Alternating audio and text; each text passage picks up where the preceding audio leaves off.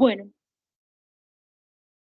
vamos a ver ya, seguramente ya inició la grabación y como dije anteriormente, vamos a estar aquí en la clase 4, clase en vivo 4 de Fundamentos de Psicoterapia Humanista, y hoy vamos a hablar de algunas técnicas de intervención en el humanismo, en la psicología gestal y en toda la propuesta de logoterapia de Víctor Frank. Vamos a trabajar un poco sobre este tema y vamos a profundizar uno a uno sobre esos temas. Entonces,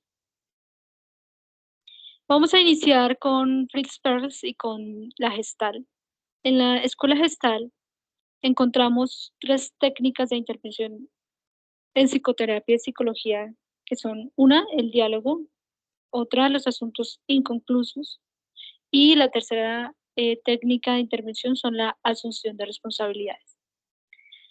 Bueno, antes de entrar como a profundizar en cada una de ellas, vamos a tratar de entender primero que la psicología gestal trabaja a un sujeto en configuración con el todo y que en esta configuración con el todo es consciente que los seres humanos son y se hacen en la medida en que eh, entienden e integran las partes de su ser y del contexto que las rodea. Entonces es un sujeto que ha logrado unos estados de conexión importantes con su realidad, con el mundo, consigo mismo, y que en este estado de conciencia integrativa logra ser funcional en la realidad, ¿cierto? Y de allí que ellos tengan, por ejemplo, propuestas conceptuales como figura y fondo.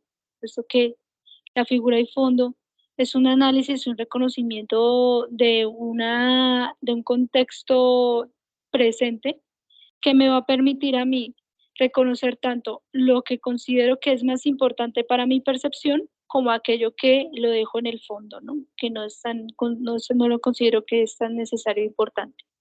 Entonces, en este mismo orden de ideas o en este mismo entendimiento de lo que es el ser humano para la gestal, también vienen a hacer sus propuestas interventivas, ¿no?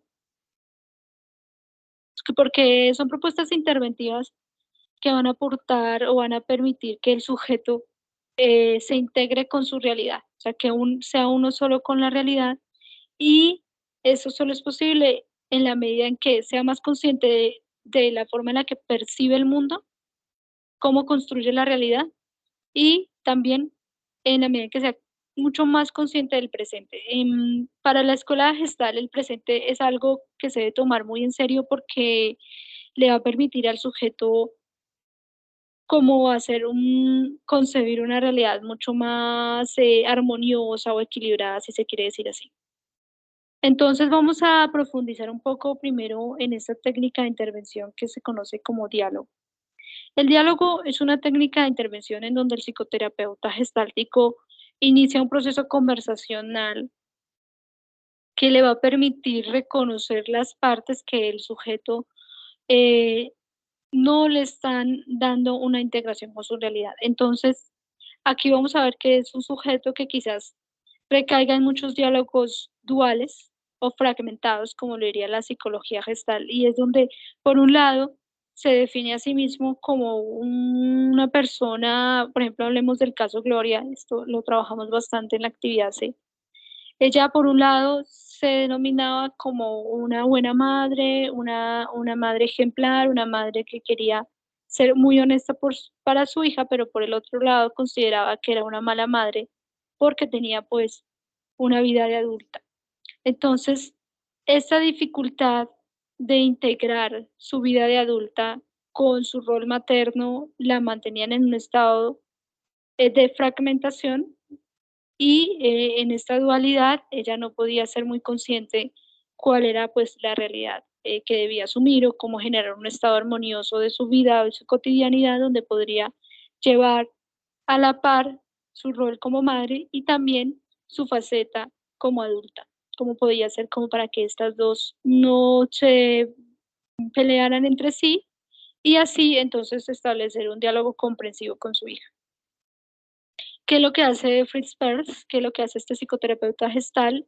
La confronta, utiliza la técnica de intervención de confrontación para que ella se dé cuenta y sea consciente de lo fragmentada que está y qué es lo que, a fin de cuentas, como fondo permite que aparezca o que se dé esa fragmentación, ¿no? Entonces, algo que permite que esté como de fondo para que favorezca esta fragmentación es, a fin de cuentas, que no tiene una conciencia de las partes que la integran o que finalmente le van a permitir ser un sujeto completo o un sujeto eh, integrado, ¿no? Como que, por ejemplo, ahí lo que hace Fritz Perls es apoyar y favorecer el hecho de que ella pueda observar que no es una niña, sino que es una adulta y que al ser ya una adulta, efectivamente sus necesidades serán de adulta. Y que quizás esto deba conversarlo con su hija, es decir, que en su rol como madre haga que su hija sea consciente de que efectivamente es una adulta. Entonces es bien interesante ver cómo este proceso terapéutico, que si bien es, algunos psicoterapeutas no les puede gustar porque la confrontación no es tan empática como vemos en otras técnicas del humanismo, sobre todo en Carl Rogers, sí fueron y lograron resolver inmediatamente el motivo de consulta que traía en su momento Gloria, porque algo de la gestal, y esto es bien importante, la gestal, es que para la gestal es bien importante y necesario, y en esto difiere un poco con el psicoanálisis, es necesario e importante que las personas respondan a sus necesidades interventivas de manera inmediata, para que casi, y como ellos lo denominan, en el aquí y en el ahora, por eso recuerdo que el presente es importante, en el aquí y en el ahora la persona logre entender y ser consciente de aspectos de fragmentación de su self que le impiden armonizar su realidad. Adelante, Jesús. Profe, precisamente la intervención que pienso hacer en estos momentos, me pareció el tema de la confrontación al momento de la intervención de la terapia a Gloria. El tema de la confrontación me pareció un tema algo complejo, porque es como el choque, o sea, no es lo normal dentro de lo que uno ve como normal al momento de una atención o de una psicoterapia. Quizás, digamos que la población tiene una idea equivocada de la psicoterapia y es que creen que en la psicoterapia como que todos vamos a ser felices. No, mentiras. Eso lo estoy diciendo de una manera como de cierre de semestre. No, la psicoterapia es un proceso de sufrimiento porque es un proceso de cambio. Y los procesos de cambio no son fáciles. Hay que pasar por dificultades realmente psicológicas muy fuertes. Y esto sí que lo sabe la Gestalt. Y a este psicoterapeuta que muchos, ojalá hubiéramos tenido la oportunidad de tener consultas con él, cambiaba a la persona, cambiaba en realidad su realidad psicológica. No, si bien él no estaba como la idea de ser el más popular, tenía una misión muy importante en su vida que era ayudar a las personas en términos psicológicos y se lo tomaba muy en serio. Cuando muchas veces los pacientes puedes pasar por muchas cosas en psicoterapia. Primero, que un paciente te venda la idea de que las cosas están como él considera que deben estar. Y tú sencillamente como asumir que eso es así, mm, hacerlo feliz, que se sienta siempre contento en consulta, escuchar lo que habla mal de su novia o de su, no sé, o si es ella que hable mal de su novia y que sí, que efectivamente pobrecito y entrar como en ese estado como sí, de victimización y continuar allí. O decirle, no, efectivamente lo que tú estás diciendo, Gloria, cuando dices que no puedes como decirle a tu hija y que eres una mala madre, sí, puede ser que lo seas, o decirle a ella también, no, pues que como no va a sufrir esa situación, es decir, como que, digamos, dejarse vender la idea con la que viene el consultante. Y puede suceder que más adelante, en ese caso, esa persona, ese psicólogo con la que te lo llevabas muy bien y era el mejor psicólogo del mundo y a todo el mundo se lo decía. Cuando la persona entre en una crisis sintomática, porque esos diálogos que te ha dicho en consulta que como psicoterapeuta te has dejado convencer, a fin de cuentas son mecanismos de defensa que están ocultando algo más que sucede de fondo y que como psicoterapeuta quizás no tuviste como la valentía de confrontar algunas cosas que consideraban que se estaban ocultando. Entonces sucede en muchas ocasiones que el paciente llega a psiquiatría o a un psicólogo un poco más, quizás que ha tenido mayor éxito logrando cambios y transformaciones en sujetos y se encuentran que si bien el psicólogo era buena gente y me caía muy bien, jamás hizo psicoterapia. Entonces, que no les pase eso. Por eso se les enseña psicología gestal, porque la psicología gestal nos está diciendo, usted tiene un sujeto que requiere cambiar y los cambios no siempre van a ser fáciles, las transformaciones no son fáciles y quizás tenga que verse en la necesidad de confrontar y confrontar aquello que usted como psicoterapeuta está viendo que es importante cambiar. Y de pronto puede ser que inclusive tú puedes ser empático, puedes utilizar un diálogo un poco más agradable, igual la persona sentir que la están confrontando, porque la persona va a decir que la están confrontando porque están tocando su lado sensible. Entonces, cuando nosotros tocamos los lados sensibles de las personas no son fáciles, no siempre lo van a asumir bien. Como, bueno, utilizando la frase coloquial, no todo el mundo está preparado para la verdad. No sé si respondo a tu pregunta, Jesús.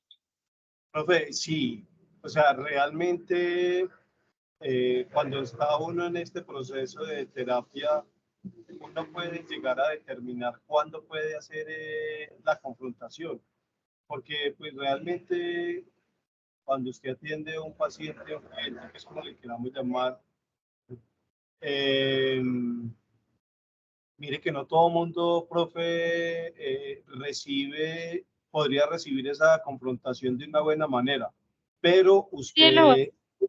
usted utilizó algo muy clave antes de terminar la acotación que hace, y es que para hacer confrontación no hay necesidad de utilizar palabras o términos que puedan herir susceptibilidades en el paciente o en el cliente, sino que de una u otra manera, siendo muy empático y utilizando la asertividad, podríamos lograr eso en el cliente. No, Jesús, y ahí te estás autoengañando, porque tú puedes ser muy empático y muy amable, pero si estás haciendo confrontación a las personas, puede ser que no les guste. ¿Sí me sigues? Porque tú Profe. mira, préstame atención a lo que te estoy diciendo. Tú puedes ser muy amable, muy empático, utilizar las mejores palabras que en tu repertorio de amabilidad existen, pero a la persona no le va a gustar porque estás confrontándole aquello que es sensible psicológicamente. Y eso es lo que sucede con Fritz Perls. Fritz Perls tenía la habilidad de saber dónde estaba el problema. Y no necesariamente nosotros somos conscientes, es decir, hablemos del paciente, no necesariamente el paciente es enteramente consciente de dónde está el problema. Por ejemplo, para Gloria, el problema estaba en un tema relacionado con moralidad, ¿cierto? Es decir, qué es lo que se debe decir y qué es lo que no se debe decir. Y en su imagen o en su proyección que estaba generando sobre su hija en su rol como madre. Para ella ese era el problema. Para Fritz Perls, el problema es que esta era una adulta que no se estaba asumiendo como tal. Y ella no llegó con ese motivo de consulta, es decir, ella no te llegó a decir, es que yo sé que soy una adulta que no me asumo como adulta, no, ella descubre eso gracias a la confrontación que le hizo Fritz Perls. ¿Sí me sigues? Sí, profe, listo, sí, señora, claro que sí. Y ahí sí estás sanando la mente. Ahí sí lo estás haciendo, porque el asunto con la mente es que la mente se permite unos diálogos por minuto, que en muchas ocasiones, muchos de esos diálogos internos sí van a ayudar al psiquismo y en muchas otras ocasiones no. Y lo que sucede es que el sujeto cree que lo que dialoga con su mente es su subjetividad, es su psiquismo y no necesariamente eso es así. Bueno, y ahí entonces uno como psicólogo va entendiendo y comprendiendo que uno hace una intervención sobre el psiquismo humano y eso es lo que hace Fritz Perls. Y él lo llama, sobre todo, la gestalt lo llama self. Hace una intervención sobre el self y utiliza la técnica del diálogo en donde observa que es un sujeto fragmentado, confronta la fragmentación, evidencia y logra generar una conciencia de las partes fragmentadas y a fin de cuentas permite que esas partes que estaban fragmentadas generen o entren en un proceso de diálogo. Y vemos cómo Gloria al finalizar el proceso psicoterapéutico con Fitzgerald conversa consigo misma y se da cuenta, bueno, yo soy una adulta, ¿no? Y tengo que asumirme como tal. Y creo que eso tiene que saberlo mi hija también, que su mamá es una adulta, o sea, que no es una niña como ella, sino que es una adulta y una adulta que tiene pues su vida y sus necesidades y que a fin de cuentas eso tampoco tiene que chocar con su rol como madre. Y así lo resolvió. Entonces vimos una Gloria que entró de una manera y salió en su lenguaje verbal y no verbal de otra. Hubo una verdadera y una genuina transformación del paciente. Y es que cuando nosotros decidimos ser sobre todo psicoterapeutas y psicólogos clínicos, nosotros no debemos esperar caerle bien a todo el mundo y ser los más populares. Nosotros debemos de verdad curar la mente, o sea, ayudar al sujeto. Porque como les decía anteriormente, estoy hablando de un sujeto que estaba hospitalizado por intento suicida. Y, y además, pero aquí podemos ver en historial clínico que usted estaba en psicología. Sí, pues sí, el psicólogo me caía muy bien y era muy buena gente conmigo y me hablaba súper bien, pero no sé, no, nunca pudimos, no sé, no funcionó. Al final de cuentas siempre seguí con mi ideación y no, siempre me sentí mal. ¿Por qué? Porque muy bonito el psicólogo y muy chévere y muy ameno, pero no generó transformaciones, no hizo cambio, no hizo psicoterapia. ¿Listo? Excelente, profe, sí, señora. Muy bien. Otra técnica de la Gestalt es la técnica de los asuntos inconclusos. Y lo que sucede es que para los psicólogos gestales, ellos están convencidos que los seres humanos en muchas ocasiones tenemos muchos pensamientos, emociones, concepciones de nosotros mismos que no hemos logrado resolver fácilmente y que se encuentran allí como en un estado de inconsciencia, por decirlo de esta manera, y que no nos impide como continuar con la vida y seguir adelante. Entonces, al no lograr resolver ciertas situaciones, hablemos de situaciones dolorosas, digamos, de algunas concepciones negativas que tenemos de nosotros mismos, de algunas incapacidades, o que consideramos que no somos hábiles en algunos aspectos, o, por ejemplo, si hemos tenido experiencias de bullying, estas vienen por lo general a tener alguna incidencia en el sujeto adulto. Todas estas situaciones que están allí, que de alguna manera en algún momento nos confrontaron y nos hicieron daño y no pudimos resolverlas, se mantienen, persisten en el psiquismo humano. Y también construyen un self específico que tal vez recaiga en estados de timidez o en estados de indefensión, en situaciones donde no deberían ser esas las respuestas conductuales frente a una situación difícil.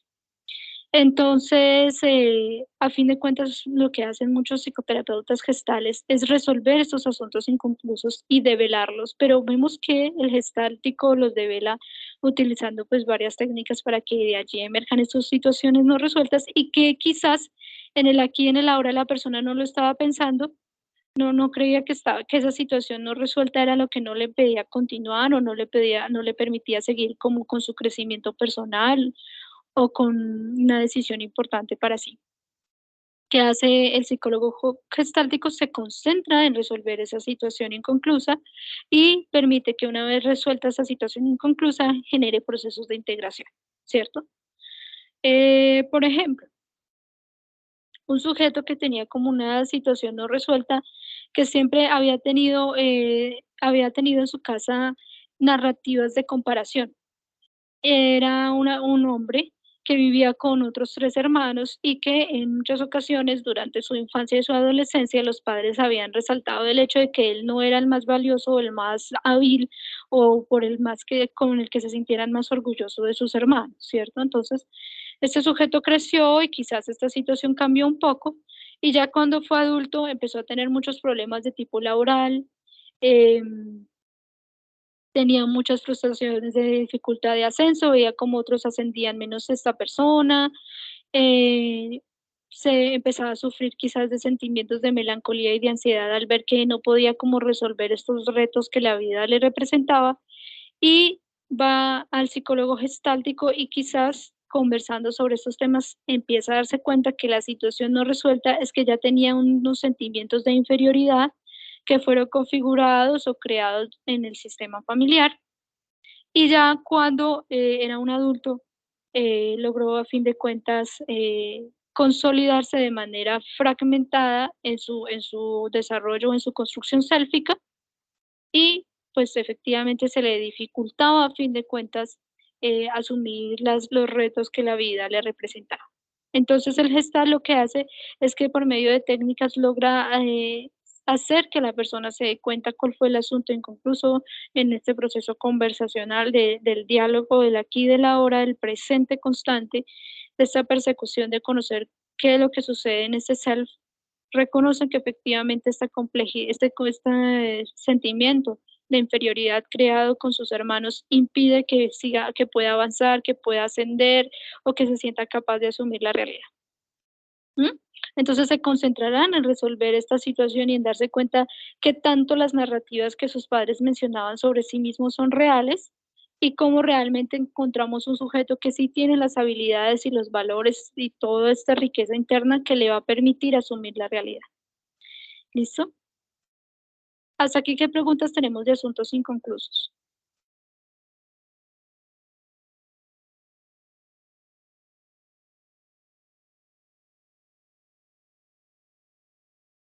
No, no hay muchas preguntas. Bueno, y otra técnica de la psicología gestal es la asunción de responsabilidad. Y es que los gestálticos consideran que una técnica de interpretación es que hacer que la persona se empodere de sí misma y de sus decisiones, es decir, de su realidad. Y que para ellos, para los psicólogos gestálticos, consideran que la medida en que la persona pueda llegar a ser más responsable, es más madura y por ende su ser es más enriquecido y fortalecido, puesto que si tenemos a un paciente que asume la responsabilidad de sus decisiones y considera la responsabilidad como un valor y no lo contrario, como que no evade su responsabilidad, entonces vamos a ver que es un sujeto más implicado en su realidad, más empoderado de su vida, ¿no? No que la vida lo arrastra y lo lleva, sino que este sujeto más bien asume su vida como tal y vamos a ver que es una persona mucho más capaz y más determinada, una persona con la que también ella puede confiar de sí misma y por ende imponerse metas, retos, desafíos y saber que puede como responder a ellos. Entonces aquí no vemos la responsabilidad como una carga, sino que vemos la responsabilidad como una liberación y una manifestación bastante autorrealizada del self desde la gestal muy bien, para los gestales, a fin de cuentas, entonces estamos hablando de un sujeto emancipado que es emancipado porque es responsable de sí mismo y de sus decisiones, ¿cierto? Entonces, por ejemplo, alguien así relacionalmente es muy valioso porque tiene una determinación, una capacidad de decisión, sabe muy bien para dónde va, qué es lo que quiere y esto le va a permitir entonces tener una vida más armoniosa y equilibrada, ¿verdad? No sé, ¿qué podemos decir de asunción de responsabilidades? Si hemos escuchado de este tipo de intervención, en Gloria lo vimos o no lo vimos, ¿qué podemos decir sobre este tema?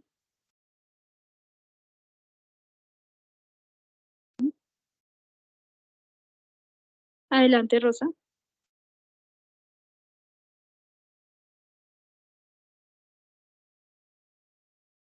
Te escuchamos, Rosa, adelante. Creo que tienes tu micrófono cerrado.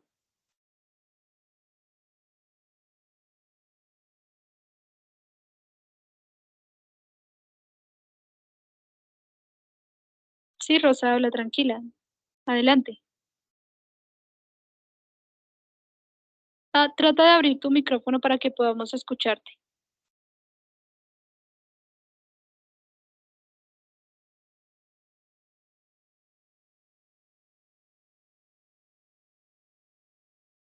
Bueno, algo sucede con Rosa, ella quería participar, pero no veo que esté habilitado su micrófono y tampoco la escucho ni participó en el chat. Debe ser quizás algo de su sistema. Bueno, esto de la responsabilidad es un tema bien importante en la psicología gestal, inclusive hay una oración de la gestal donde el psicoterapeuta gestal todo el tiempo está diciendo, si tú no cambias como paciente, no es mi responsabilidad. El cambio en psicoterapia es tu responsabilidad. Si no avanzamos en la psicoterapia, no es mi responsabilidad. El avance en la psicoterapia es tu responsabilidad. Y todo eso se lo tiene que decir el psicoterapeuta. A fin de cuentas es liberador para el psicoterapeuta porque hay muchos casos que no avanzan y los pacientes no van a dudar en hacerlo responsable a usted, o sea, al psicoterapeuta. No van a dudar en hacerlo responsable de la falta de avance. Em, Puede ser porque efectivamente como psicoterapeuta no quisimos como tomar el toro por los cuernos, como se dice coloquialmente, y destapar ollas podridas, o también puede ser porque como que de alguna manera el paciente tenía unos excelentes mecanismos de defensa y de evasión de la situación que realmente lo traía a psicología, que en ningún momento pudimos como encontrar pues el queer del asunto, por decirlo. Entonces, esta responsabilidad que tenemos nosotros los psicólogos de asumirnos como psicoterapeutas, eh, debe también invitarnos a ser valientes en el proceso psicoterapéutico. Rosa, adelante, abre tu micrófono esta vez. ¿Quieres participar? Nosotros también te queremos escuchar, pero no hemos podido escucharte. Hola, ¿sí? Habilita micrófono, por favor.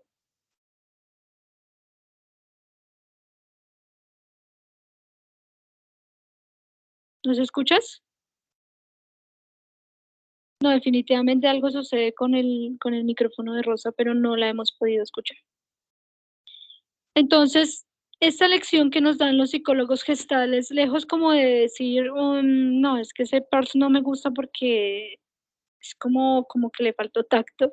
No, lo que nosotros podemos ver ahí es como Pearls efectivamente descubre el problema, eh, lo toma ahí mismo y lo resuelve en la misma consulta. Y vemos, no sé si ustedes se dieron cuenta, que Gloria no salió indignada de la consulta ni resentida. Ella salió bien, salió agradecida del proceso terapéutico y consideró que efectivamente algo había sucedido. Entonces eso también puede pasarles cuando ya con la confianza necesaria que tengan con el consultante confronten lo que realmente lo trae a consulta. Puede suceder que en muchas ocasiones la persona al crecer se sientan agradecidos con ustedes.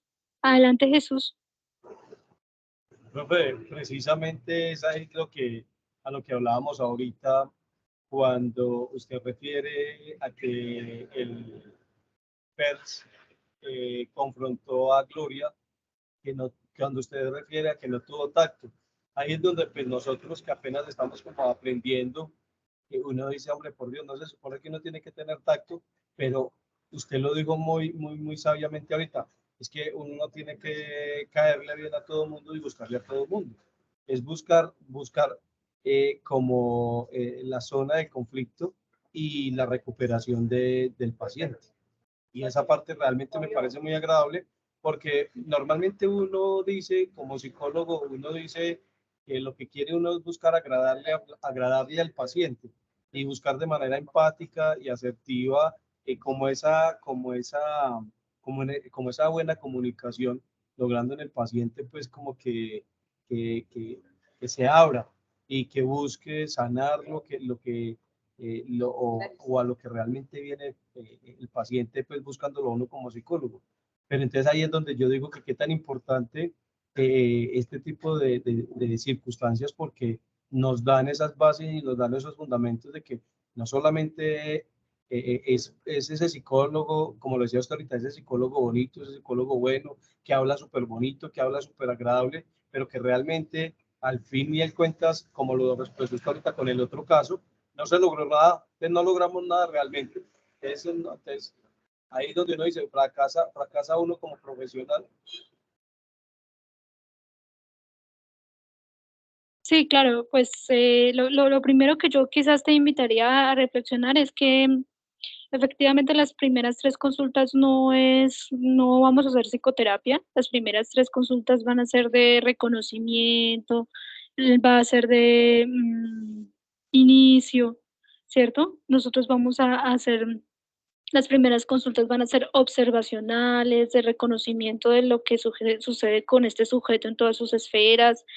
Van a ser sobre todo las primeras sesiones, van a ser muy conversacionales, exploratorias, conocer a la persona. Las siguientes 3 van a ser diagnósticas, es decir, que tú vas a tratar de profundizar un poco y entrar más en el self del sujeto y conocerlo más a fondo.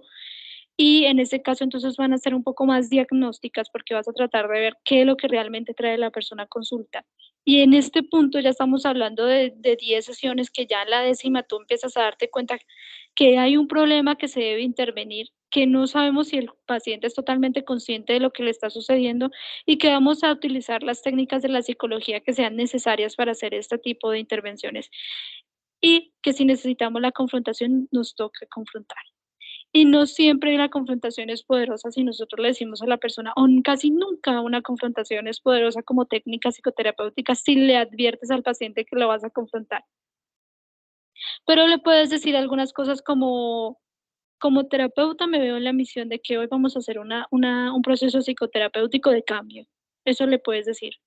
Y a fin de cuentas, siempre, y en esto me refiero también a todo el inicio del proceso psicoterapéutico, em, siempre la persona debe ser consciente que está allí por decisión propia. Y eso también tiene que dejarlo claro con el consultante. Es decir, tú estás aquí en proceso psicoterapéutico porque quieres estar, siempre tienes que preguntar. Porque, y decirle, porque un proceso psicoterapéutico no es fácil, es un proceso de cambio. ¿Eres consciente de eso? Bueno, medianamente consciente, que no va a ser fácil. Y si la persona te dice, yo no quiero estar aquí, yo no soy consciente del cambio, yo no vine aquí a sufrir, yo vine a que usted me trate bien y me haga sentir bien con todo lo que yo le digo, entonces como psicoterapeuta siempre estás en la libertad de decir que no vas a asumir ese proceso, porque si no hay transformación, miren, yo les digo una cosa, por experiencia de muchos colegas y cosas que también he visto en consultorio, si ustedes no se toman en serio su rol como psicoterapeuta, es decir, si están fragmentados, aquí salió, y realmente quieren ser es buenas personas y no psicoterapeutas, van a tener muchos problemas, inclusive de tipo legal, con sus pacientes, porque el paciente lo está buscando a usted no para ser su amigo ni para llevársela bien con usted, lo está buscando como psicólogo, como psicoterapeuta, con esa intención, no más. Y si uno no tiene claro eso, lo que va a suceder es que va a tener un manejo profesional con muchos bloqueos y posiblemente muy juzgado y quizás señalado por los pacientes y por los mismos profesionales de la salud. ¿Y quiénes también lo van a hacer? Pues los psiquiatras, los médicos, otros psicólogos, todo el sistema de salud que ve que allá va el psicólogo clínico, va el psicoterapeuta y no pasa nada. La persona sigue igual. Tengo que aumentarle la medicación, tengo que hospitalizarlo. Está más grave de lo que inclusive antes del proceso terapéutico. Entonces, estas cosas le van a suceder a ustedes como profesionales de la salud. ¿Mm? Así que si ustedes consideran que es terapéutico, que va a ser sanador y que va a haber cambio, entrar en confrontación, no le teman a la confrontación. Y a fin de cuentas, la confrontación sucede en un lugar que el paciente, de alguna manera, debe ser consciente en dónde está con un psicólogo, y el psicólogo es el que lo está confrontando, y muchos consultantes también lo saben, ¿cierto? Y además lo admitieron, como les dije anteriormente. Entonces, ojo en la forma en la que están observando la gestal. La gestal es muy valiosa. Para mí, la gestal cambia muchas personas, muchísimas, cambia muchos, realmente es movilizador en el self, hablando del self, realmente potencializa un psiquismo que requiere y necesita de un apoyo real de un psicoterapeuta. Y allí un gestal que se toma muy en serio su profesión, realmente cambia a las personas. Bueno, otra escuela humanista es la logoterapia. La logoterapia es una propuesta de Víctor Frank. Víctor Frank fue un psicólogo que vivió experiencias de vida muy difíciles. Él era judío en la Segunda Guerra Mundial, entra a campos de concentración. En principio no era psicólogo, le gustaba más como la filosofía, la literatura, pero después de su experiencia en los campos de concentración decide ser psicólogo. ¿Por qué? Porque tanto él como algunos de sus compañeros lograron, gracias a los diálogos internos y a una serie de procesos psicoterapéuticos, aquí los voy a ir delineando, salir adelante y hacer frente a una situación tan difícil y continuar con vida en un campo de concentración. Entonces, este psicólogo, Víctor Frank, nos trae unas propuestas de técnicas de intervención. Una de ellas, una técnica de intervención es la de reflexión. Yo sé que hemos escuchado la desreflexión como mecanismo de defensa, pero aquí vamos a hablar es más bien desde la desreflexión como técnica de logoterapia. Y la desreflexión, a fin de cuentas, es que la persona logre desintegrar aquellas rumiaciones psicológicas o aquellos diálogos internos que solo favorecen y facilitan la presencia de aspectos negativos de la realidad. Es decir, que por medio de un proceso reflexivo, yo voy a reconocer la realidad que estoy teniendo en este momento y que al reconocer esa realidad que estoy teniendo en este momento y se parece mucho a la resiliencia, yo voy a afrontar y decidir que la vida que estoy viviendo debe ser como está. Es decir, que si la situación es difícil y yo la reflexiono así, la debo asumir como tal y no mantenerme quizás en diálogos internos de fantasía o de esperanzas que en algún momento no se van a dar o no son viables. Entonces, esta es una de las propuestas de la desreflexión. Y otra técnica que se utiliza bastante en la logoterapia es la intención paradójica. Y la intención paradójica es que cuando tenemos algunos pacientes que quizás nos están diciendo cosas como, por ejemplo, y esa parte de la intención paradójica se hizo muy conocida en Frilspers porque también es chocante, y es que en algún punto tiene un paciente que sufría de trastorno limítrofe de la personalidad. Estamos hablando de aquellos pacientes que son amenazantes con su vida, amenazan a las familias, amenazan al psicoterapeuta, y todo el tiempo están diciendo: "Me voy a suicidar, me voy a suicidar", y llega y pasó por muchos psicólogos y psiquiatras, en alguna ocasión lo hizo, pero pues nunca lo concretó. Llega donde Fritz Perls a psicología, a psicoterapia, y ya pues logrando un proceso de confianza le dice: "Bueno, yo me quiero suicidar". Y Fritz Perls le dice: "¿Y por qué no lo haces? Si tú luchas por la muerte, pues asúmela". Este es algo muy famoso y aquí yo lo tengo que hablar muy bien porque no es, hay que no verlo de manera coloquial, sino desde una técnica de la psicoterapia. Es como este psicólogo le hace una lectura muy interesante y conoce muy bien a su paciente para saber que al utilizar la técnica de intención paradójica no lo va a hacer, ¿sí? ¿Sí me sigue? Porque el limítrofe, cuando el limítrofe, tú ya no te dejas manipular con la muerte, él ya no le parece tan interesante lo que está sucediendo en psicoterapia, porque lo que a él le parece interesante es que te pueda tener en vilo todo el tiempo. Es decir, como muchos procesos de trastorno limítrofe de la personalidad aparecen porque sus padres o su sistema familiar han generado, o el sistema que el cuidador, digamos, algunos chicos los cuida el ICBF, otras instituciones de cuidado, los han llevado al límite. Ellos se acostumbran a que las relaciones sean así, siempre llevadas al límite. ¿Y cuál va a ser el límite de toda experiencia humana? La muerte. ¿Cuál es el límite de la vida? La muerte. Entonces, en esta clase de casos, ellos suelen llevar todo el tiempo a las personas que los relacionan o que de alguna manera manifiestan un interés por ellos al límite. Y Fritz Perls utiliza esta clásica frase, ¿y por qué no lo haces? Técnica de intención paradójica. ¿Qué sucede con este paciente limítrofe? Pues deja de hacerlo. Inmediatamente la transformación es evidente e inmediata y inicia un proceso dialógico y de conversación terapéutica con el psicoterapeuta respondiendo a la pregunta, ¿y tú por qué me dices eso? Se supone, ¿por qué lo hace? Porque él en su diálogo interno está diciendo, se supone que el psicólogo me debe decir, busca la vida, sal adelante, de esto no se trata. No, este psicólogo me dijo fue lo contrario. ¿Qué hizo ahí Fritz Perls? Hizo a su paciente responsable de su vida, hizo al paciente responsable de su realidad y no se dejó manipular en una relación que siempre está al límite.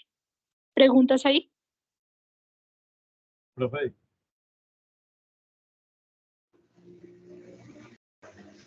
No se puede todos los casos. Ojo, aquí yo estoy hablando de un trastorno limítrofe de la personalidad donde este tipo de técnicas pues, son interesantes, pero no todos los casos se puede hacer esa situación. Por ejemplo, en un caso de depresión o de melancolía profunda, pues la persona sí lo va a hacer. Sí, es seguro que profe, lo señor. ahí iba a decirle yo, eso me parece como, es como delicado porque se vuelve como un arma de doble filo, ¿no? Sí, ahí tienes que saberlo usar, pero quizás, digamos que yo lo estoy usando de una manera como pedagógica para enseñarles cómo es que se utiliza la intención paradójica en casos de trastornos limítrofes de la personalidad y que tú has logrado detectar muy bien que ese es el caso que trae consulta. Digamos en un caso de depresión, ¿cuál sería la intención paradójica? ¿Qué es lo que pasa con la depresión? Les pregunto, ¿cómo seríamos paradójicos con una persona que sufre depresión?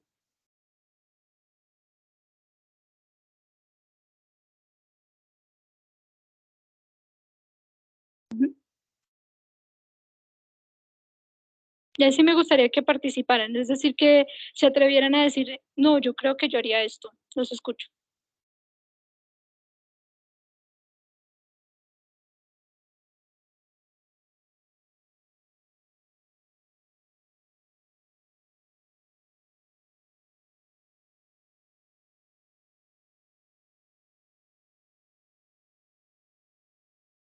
No, no, no decimos nada. ¿Mm? Bueno, quizás algo que sería paradójico en casos de depresión es invitar a la persona a escuchar esa depresión, es decir, a deprimirse más. Si tú estás deprimido, deprímete más. Si estás triste, ¿qué es lo que pasa? ¿Por qué esa tristeza es válida? ¿Sí? Porque es que lo que sucede en la construcción de casos de depresión es que una persona llega a deprimirse porque se le han desvalorizado sus sentimientos. Eso es lo que sucede. Adelante, Lisette, ¿ibas a decir algo? Sí, profe, de hecho se lo acabo de decir, porque, por ejemplo, al uno desvalorizar las emociones, como que al intentar como suprimirlas tanto van entrando en ese estado de depresión. Por eso siempre hay que, el modo paradójico de atenderlo sería validar, decir, ok, te escucho, te sientes así, porque bueno, sí, es válido que te sientas así, porque normalmente se le dicen, no, pero no te sientas así, tienes que mirarle el lado bueno, o anímate, haz lo que te gusta, en fin. Pero, o sea, sí, invitar a la persona como que viva sus sentimientos y lo sienta para que él pueda superarlos también. Ok. Ujú, correcto, Lisette. Entonces, en casos de depresión, la persona te va a decir, estoy triste, me siento muy mal, y he escuchado que quizás sistemas familiares o inclusive otros procesos terapéuticos les dicen, no, pero hay que salir adelante, no te sientas triste, la vida vale la pena, y todas estas clases de diálogos que no están mal, pero que pues si uno iba a ser psicoterapeuta, pues por ahí no es el proceso conversacional, y sí uno puede utilizar quizás la intención paradójica y decirle, efectivamente, si estás deprimido, triste, hazlo, siente tan triste como quieras, como sea posible, adelante. Y allí lo que va a decirle quizás el consultante o va a preguntarle, va a conversarle: "¿Usted por qué me dice eso?", ¿sí? Porque usted me dice que me sienta aún más triste de lo que ya estoy, si se supone que eso no está bien, estar triste no está bien. Ahí hay una paradoja y entonces ahí se genera un proceso atencional y quizás una fragmentación, utilizando acá los términos de la Gestalt, para que la persona permita un diálogo terapéutico. Es decir, qué es lo que está viviendo, qué es lo que está sosteniendo, qué es lo que ha sucedido, ya sea como un asunto inconcluso, un asunto inconsciente que hace que sencillamente esta persona haga casi como una especie de reclamo a través de su simbología de la depresión, es decir, reclama que algo sucede y que por eso debe estar triste. Y como psicólogos trabajamos en este proceso de intención paradójica. No sé si quizás con el caso de depresión fue un poquito más, como que lo podemos llevar un poquito más a consulta.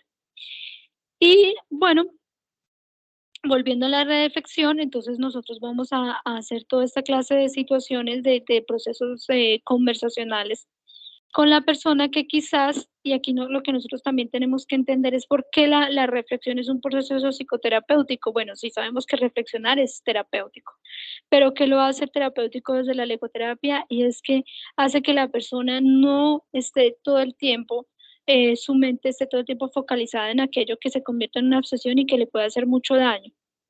Por ejemplo, aquí puede servir mucho en caso de adicciones. Hay personas que generan una obsesión y se dejan atrapar por una situación o, digamos, se obsesionan con el trabajo y se obsesionan con el trabajo de tal manera que ya enferma su mente. Entonces aquí podemos utilizar este mecanismo, esta técnica de intervención de la logoterapia, de reflexión, para que la persona busque alternativas atencionales diferentes a aquello que lo está enfermando y haga que su atención no sea excesiva sobre la situación. Entonces, por ejemplo, Fritz Perls podía ver que aquellas personas que estando en el campo de concentración todos los días decían: estamos en un campo de concentración, estamos sufriendo, estamos viviendo unas experiencias muy dolorosas, aquellos que se decían eso todo el tiempo y no salían como de ese lenguaje, de ese diálogo, digamos que de alguna manera se deprimían más, sufrían más, se enfermaban y finalmente como que eran no sobrevivían a una experiencia tan difícil.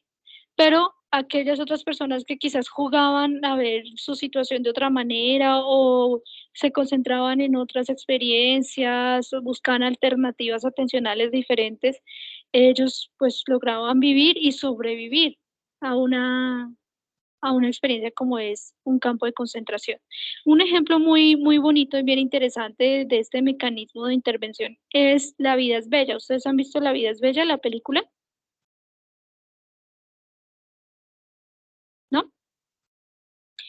Los invito a que vean la película La vida es bella de Benigni y él cuenta la historia de una persona, de un padre de familia que está junto con su esposa y su hijo en un campo de concentración. Ellos eran judíos y finalmente terminaron en un campo de concentración y el padre, el personaje principal de la película, vamos a llamarlo el padre, decide hacer que la situación no sea tan difícil engañando a su hijo con un juego y diciéndole que ellos están, es más bien como que este no es un campo de concentración, sino que están en una prueba y que si pasan la prueba ellos van a ganar al final un carro.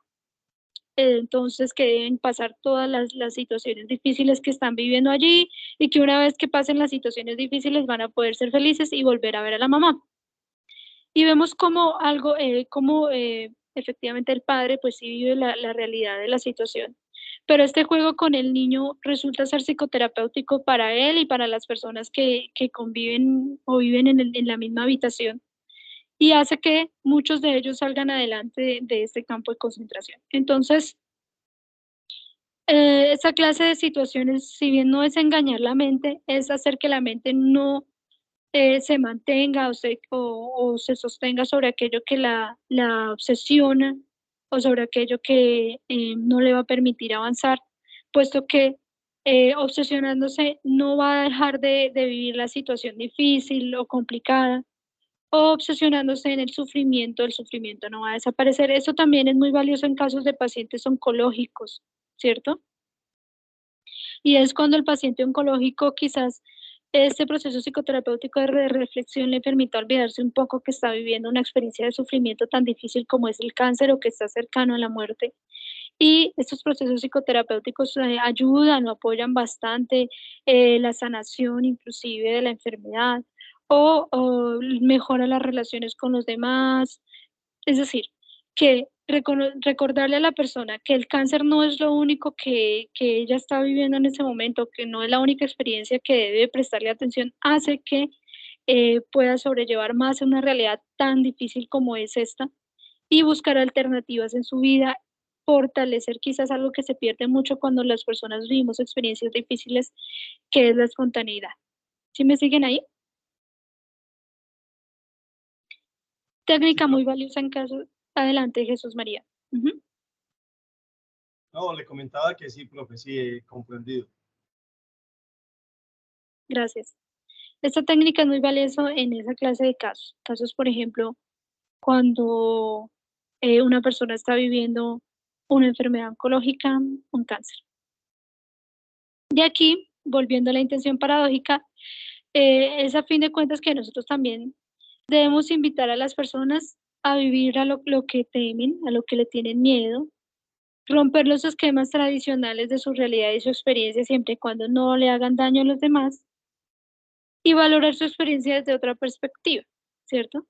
Que era lo que hablábamos en el caso de depresión o, por ejemplo, las intenciones paradójicas son muy valiosas cuando nosotros lo usamos en aquellas personas que tienen trastornos de adaptación y el trastorno de adaptación se destaca bastante por el hecho de que las personas sencillamente le temen a vivir. Y como le temen a vivir, las intenciones paradójicas pueden hacer que las personas se dan cuenta que aquello que le temen quizás no sea tan grande como ellos consideran que es y empiecen a crear como estrategias de afrontamiento de la realidad y a ser resilientes. ¿Sí? Y por ejemplo, en el caso de la depresión, estamos rompiendo un esquema tradicional que era el del hecho de que siempre que llegaba una persona con depresión teníamos que decirle que no tenía derecho a esta depresión y lo rompíamos diciendo que sí, que quizás su depresión es válida y que más bien vamos a darle apertura a dialogar este síntoma. Bueno, ya para cerrar el curso, voy a hablarles un poco de Carl Rogers. Carl Rogers, sentí que este curso fue el más popular, quizás porque efectivamente él empieza con una forma de ser más empática, más desde la escucha, la aceptación incondicional, ¿verdad? Todas estas cosas que quizás nos gustan. Y pues todo esto sucede porque efectivamente él pone una postura psicoterapéutica o invita a los psicoterapeutas a generar una postura que es la postura del reflejo. Y que en la postura del reflejo lo que yo hago es que me acerco a la persona y trato de expresar en mis palabras como psicoterapeuta lo que esta persona trata de expresar. Es decir, que utilizando palabras nuevas como psicoterapeuta, replico lo que el paciente o el consultante me quiere decir y que con esta réplica espero pues entonces generar una comprensión empática, buscar reconocer la riqueza de los sentimientos del cliente y la expresión. Y esta clase de psicoterapias, la de Carl Rogers, son muy valiosas en aquellas personas que han vivido muchos procesos de indefensión y de crítica y de persecución de su ser. ¿Sí? Son muy valiosos en esta clase de casos cuando la persona ha vivido en familias exigentes y demandantes o experiencias institucionales exigentes o demandantes donde no ha tenido la posibilidad de expresar lo que siente y donde se le ha criticado y se le ha perseguido en sus sentimientos, en su forma de ser. Y aquí yo diría que la terapia centrada en el cliente de Carl Rogers es supremamente valiosa para esos casos. Cuando sucede eso, ¿no? Porque es que hay otros casos donde los pacientes viven mucha tensión y viven, pues, en algún punto inclusive, si nosotros utilizamos el reflejo, en un paciente que quizás nos tenga un trastorno de personalidad narcisista o un trastorno de personalidad histriónico, puede que nos vaya muy mal. Pero sí tenemos estos casos donde la persona efectivamente ha vivido franco maltrato y crítica y persecución. Esta clase de intervenciones del reflejo son supremamente valiosos. No siempre debe utilizarse el reflejo, sino que debe utilizarse de manera estratégica. ¿Cuáles son los valores del reflejo? ¿Cierto? Pues que hay una sensación profunda de ser comprendido, quizás en una persona que nunca lo había sido anteriormente, que hay una devolución auténtica del yo, o sea, un verdadero reconocimiento de lo que el yo está diciendo, cuando hay una persona que quizás le han dicho todo el tiempo que no es inteligente, que lo que tiene que decir no importa, que ha sido desvalorizada. Y quizás hacer que esta persona logre y resalte su propia conciencia reflexiva. Y sucede en muchos casos donde las personas como que ya no creen en ellas, no confían en ellas, o han estado relacionadas con una persona narcisista o demasiado em, tirana, por decirlo así, y que le han pedido que reconozca su propia voz. Y en ese sentido vamos a encontrarnos con una persona que logra generar un espacio más valorativo de su propio self o de su propio yo, y que no va a querer siempre que el otro le diga qué hacer, ¿cierto? Sino que va a creer más en su propia voz. Existen muchos tipos de reflejos. Está el reflejo simple, el elucidatorio, el evocativo, y cada uno de ellos, y hay muchos otros más reflejos, porque a fin de cuentas casi que hay reflejos como personalidades, y todos ellos lo que van a apuntar es a fin de cuentas a que el psicoterapeuta genere una actitud de devolución de lo que el paciente le está diciendo desde las mismas voces del paciente, y donde nos vamos a centrar quizás en conversar mutuamente, psicoterapeuta y cliente y paciente, qué tanto de lo que estamos conversando efectivamente devela y refleja lo que la persona quiere decir o realmente quiere sentir.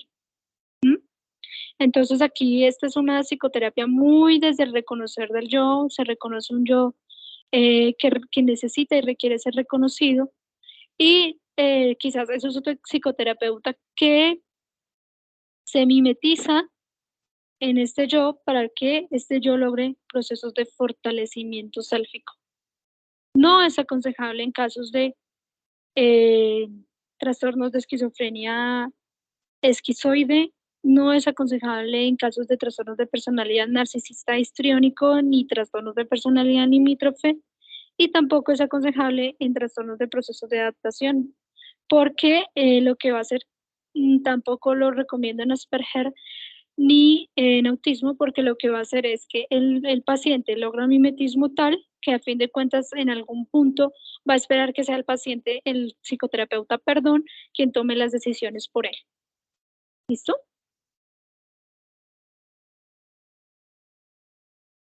¿Sí me siguen hasta ahí? ¿Preguntas? Profe, esa parte se me hace muy compleja, ¿no? ¿Por qué? ¿Por qué? Por ejemplo, en el caso de los narcisistas que pueden llegar al consultorio haciendo, yo qué sé, su papel de víctima.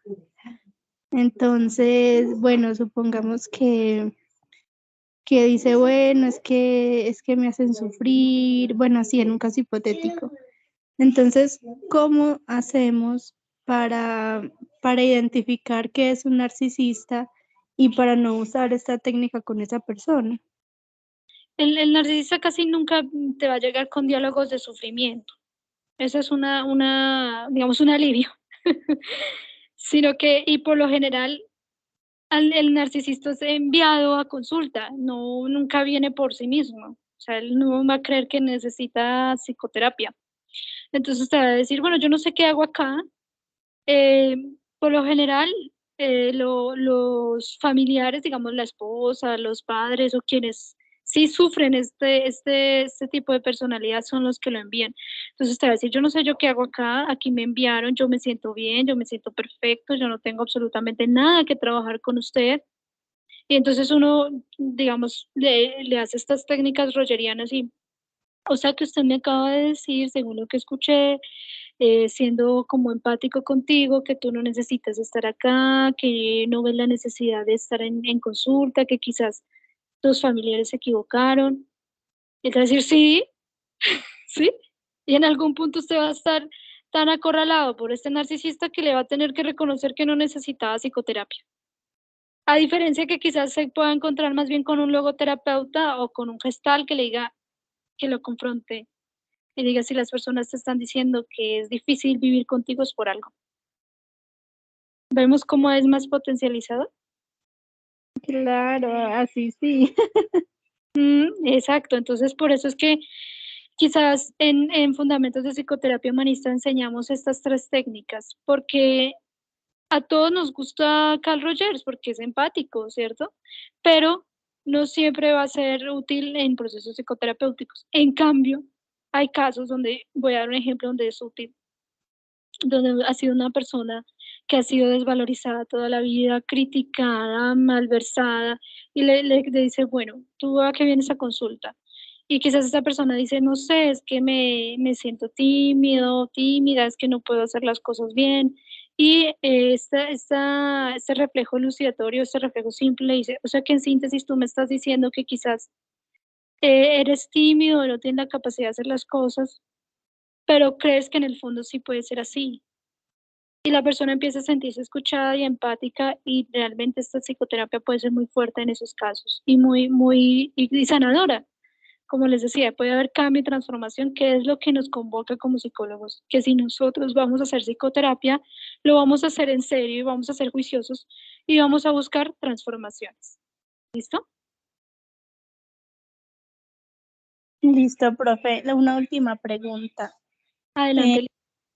Por ejemplo, las personas que dicen, porque he escuchado muchas veces, que dicen, no, es que yo no necesito un psicólogo, que a mí nadie me va a arreglar la vida, porque apuesto a que ni siquiera ellos mismos pueden con su vida, ya quieren arreglarme mi vida.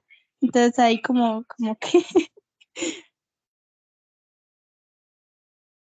Bueno, ahí tú tendrías que ver en qué contexto estás escuchando eso. Si, por ejemplo, lo estás en la calle y alguien dice así, pues está en todo su derecho de hacerlo, ¿cierto?